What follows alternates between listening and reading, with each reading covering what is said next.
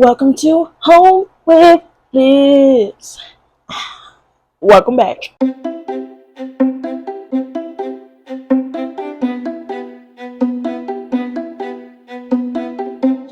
Alright guys, in today's episode we are going to be making a Mediterranean chicken with a lemon sauce and a sweet potato puree. But before we get into our episode today, I want to go ahead and give you a little background on Mediterranean cuisine. Mediterranean cuisine originates back to ancient Egypt, right around the 3rd and 4th century AD. But the concept of this amazing dish that we've come to know and love only dates back to the 1950s. Mediterranean cuisine has a variety of important ingredients, from olive oil to fish, fresh fruits and vegetables, to protein-rich legumes or beans, whole grains, and moderate amount of red wine and meat. That red wine sounding pretty good, I mean. Cheers.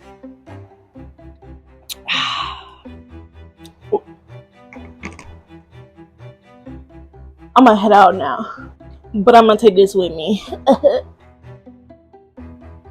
Now, due to the rocky terrain, the Mediterranean cannot support larger livestock, which limits it to smaller livestock like chicken. But the best part about Mediterranean cuisine, it's a melting pot of all the territories that line the Mediterranean Sea. From Greece to Italy to Spain and even to Morocco. And that's just to name a few. Welcome home, and let's get cooking. Y'all ain't ready for this episode. Now, today's ingredients, you will need chicken of your choice. Cranberry juice be hitting, boy. My bad. What I was trying to say is you'll need chicken of your choice. I used chicken thighs, no bones, no skin. Preferably, you do want chicken with no bones in it. That way you don't have to sit there and kind of dig out the bones while you're eating this. You'll need a cast iron pan. And I'm using a 10-inch because we're going to sear that chicken. And the chicken's going to have a nice golden color on top. You will need a Hannah potato or any sweet potato that of your choice. Because I ain't going to tell you what to do. You can modify this recipe all you want. A lemon, parsley, sun-dried tomato, heavy whipping cream, capers, salt and pepper because they go in everything, extra virgin olive oil, golden liquid, peeled garlic, and flour, and cornstarch to make our sauce a little thicker. You will also need 2 artichokes. I currently have mine roasting in my oven. I have about 17 minutes left on them. If you want to see a video on that, I'll go ahead and make one. But it takes about an hour and 20 minutes. So I went ahead and did that, or you can just get some already roasted artichokes. You'll also need 2 plastic mixing bowls. So what you're going to do is lay your chicken out onto a baking dish. We're going to go ahead and salt them, pepper them, and sprinkle a little flour to give them a nice little coat. You don't want to overflour them because you're not frying them. Make sure you don't over salt. You just want to lightly sprinkle.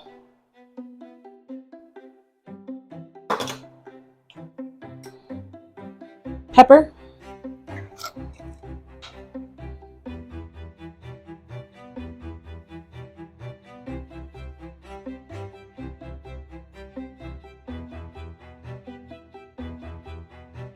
Then you'll flip them over and repeat the same thing. Next, you'll go ahead and take your small bowl and 2 tablespoons of flour. This is going to make sure our chicken is lightly coated and gives it a nice golden color. Now you can go ahead and add any seasonings you want into here. I'm probably going to add let's add a little thyme.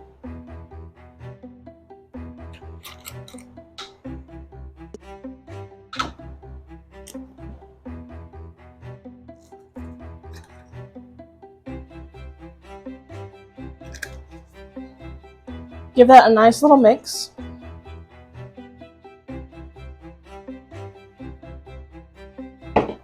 You'll start taking one of your chickens, throw it in there. Don't do what I did and just splash that all over the counter.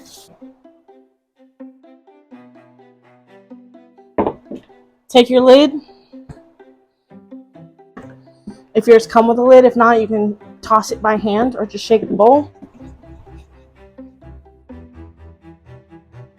Shake what your mama gave ya, misbehave ya. Shake what your mama gave ya, misbehave ya. Shake it like a salt, shake it like a salt, shake it like a salt, shake it. Get off the excess. You don't want the excess on there. Now that all your chicken is lightly coated with salt, pepper, and your flour, make sure you're going to set that to the side.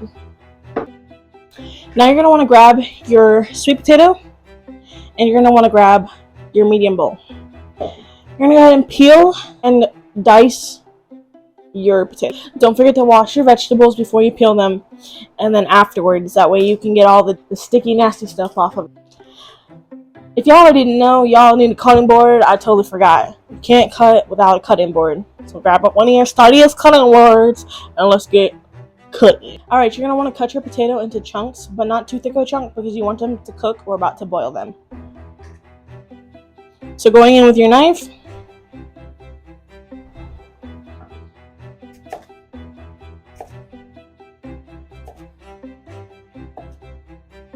Now grab a pot.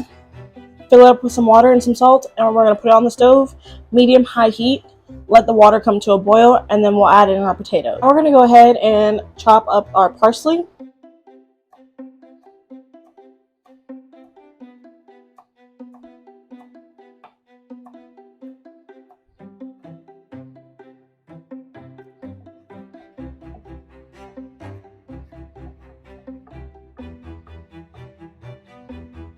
Now we're going to take our chicken and we're going to move it next to our skillet. We're going to add a half a teaspoon to a teaspoon of olive oil and turn on to medium-high heat.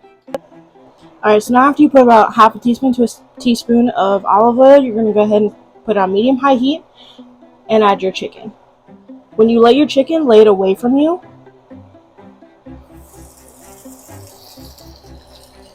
You should hear that nice sizzle. That's now you know your pan is nice and hot.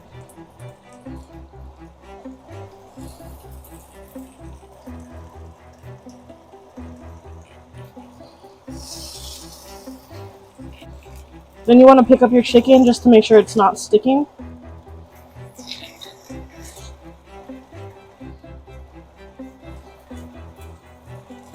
Let that one side cook for about a few minutes, and then you'll flip it over to get that and repeat the process.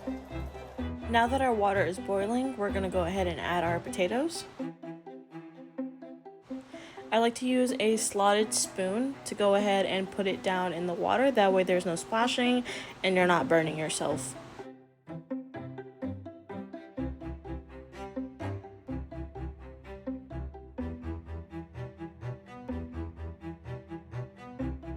Once you have your potatoes all in the pot, you're going to go ahead and place your ladle down and check on your chicken.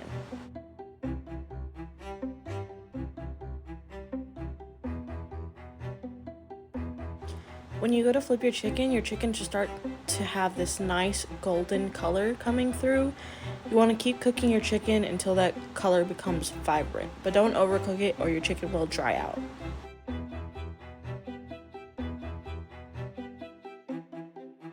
Once your chicken is done, you're going to put it in a pan and set it to the side. In your skillet, you're going to add a half a cup of yellow onion, your half cup of garlic, and your 3 tablespoons of capers. You're going to saute until the onions become translucent, and remember, you are not keeping the whole garlic in there. You will be removing them. It's just to add the flavor. If you want to, you can replace with minced garlic.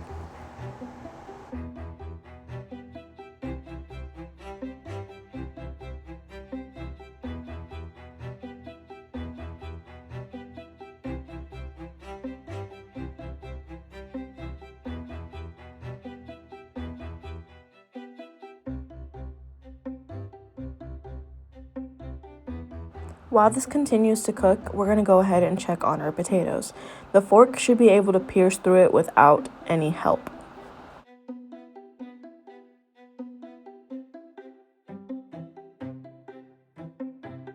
Once you know your fork is able to go through your potatoes, you're going to go ahead and turn the heat off and you're going to strain them.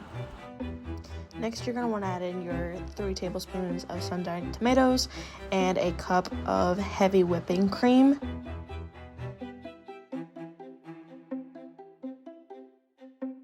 Then you're going to mix, and then you're going to bring it to a nice simmer. Then you're going to add your parsley and a half teaspoon of cornstarch.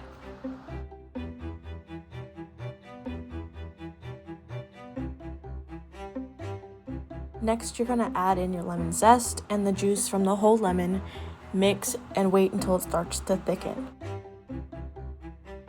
Remember to taste your sauce in case you need to add a little more salt, a little more pepper, or a little bit more lemon juice. And clearly your girl had to add a little more salt and a little more pepper.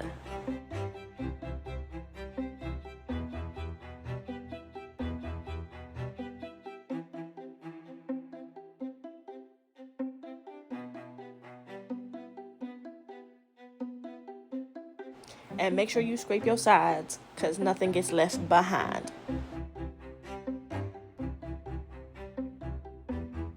Then you want to add your artichokes, turn off the heat. Now in a food processor, you want to add your potatoes, salt, pepper, and a little bit of butter, and then you're going to puree it.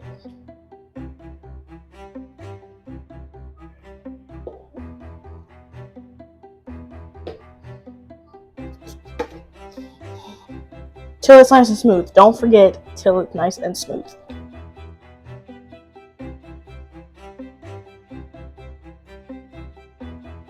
Once everything is complete, you're going to go ahead and start plating.